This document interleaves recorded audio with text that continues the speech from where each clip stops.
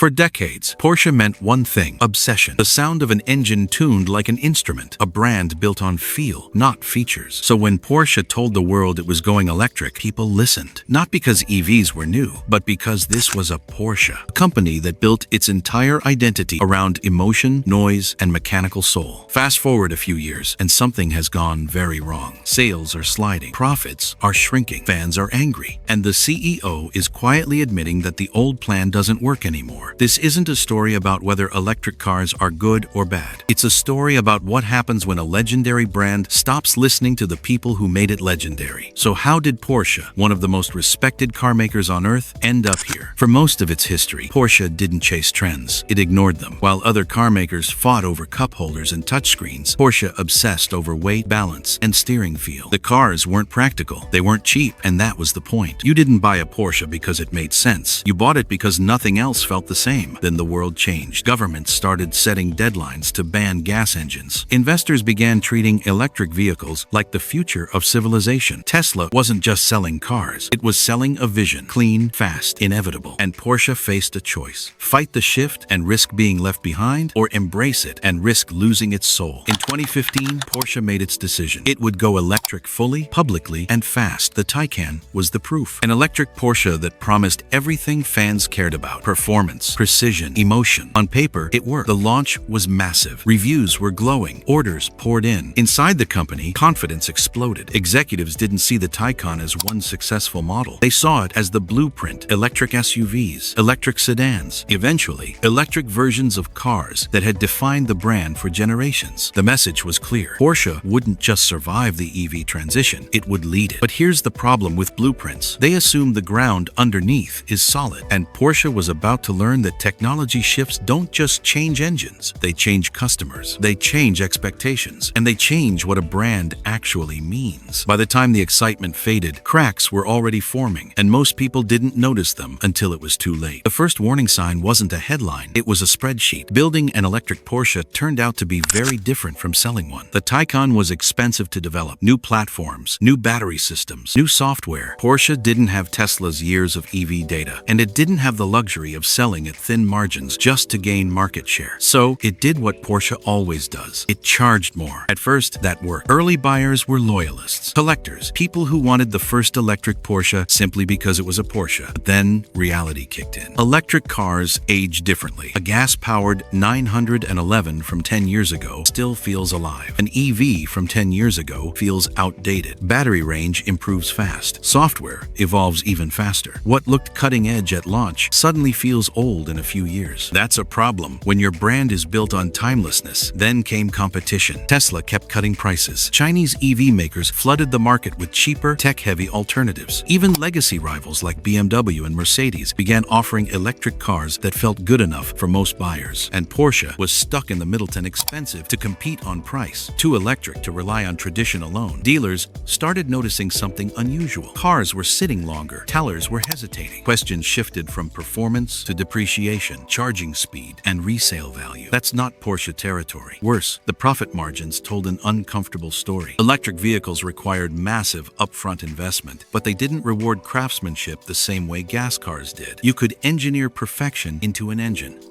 You couldn't easily differentiate a battery pack. And Porsche wasn't just betting on one EV. It was planning a future where electric cars would dominate the lineup, which raised a dangerous question inside the company. If everyone can build a fast electric car, what exactly makes a Porsche a Porsche? By the time leadership started asking that question seriously, the market had already moved again, and the brand was about to face a deeper identity problem, one no amount of horsepower could fix. Porsche had the tech, the brand, the hype, but there's one thing money can't buy: the soul of a car. For decades, a Porsche wasn't just a vehicle. It was sound. It was feel. It was that visceral punch when you slammed the gas. It was nostalgia, emotion, the connection between man, machine, and road. The Taycan? It had the badge. It had the numbers, but it didn't have that soul. Early adopters loved the idea. The problems piled up quickly: door handles that didn't work, displays flickering, CarPlay glitching, backup cameras failing, and batteries are costly, fragile, and prone to issues. Owners reported spending months waiting for repairs,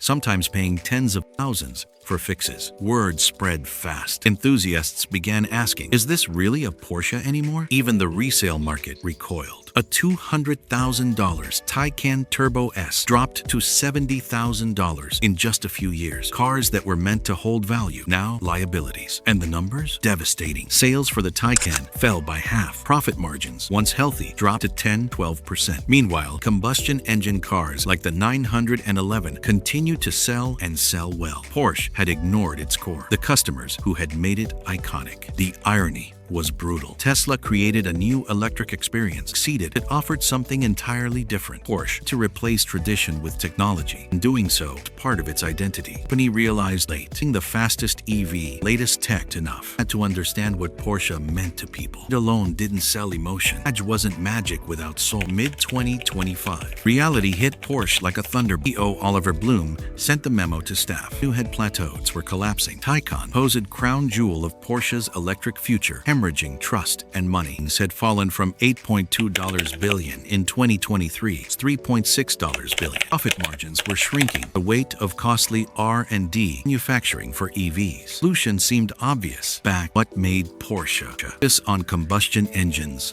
Vehicles captured the emotional essence and had built decades. The company announced job cuts, turned to plug-in hybrids, expansion of models with traditional engines. Damage just financial, emotional. Customers felt betrayed. Enthusiasts questioned whether the brand lost its identity. Blume, hailed as a visionary, demands to resign. EV pushed a failure of technology, a failure to read the room. To learn the hard way, innovation alone cannot replace brand identity. Not enough to be firstest, flashiest. To understand, people fall in love with your product in the first place.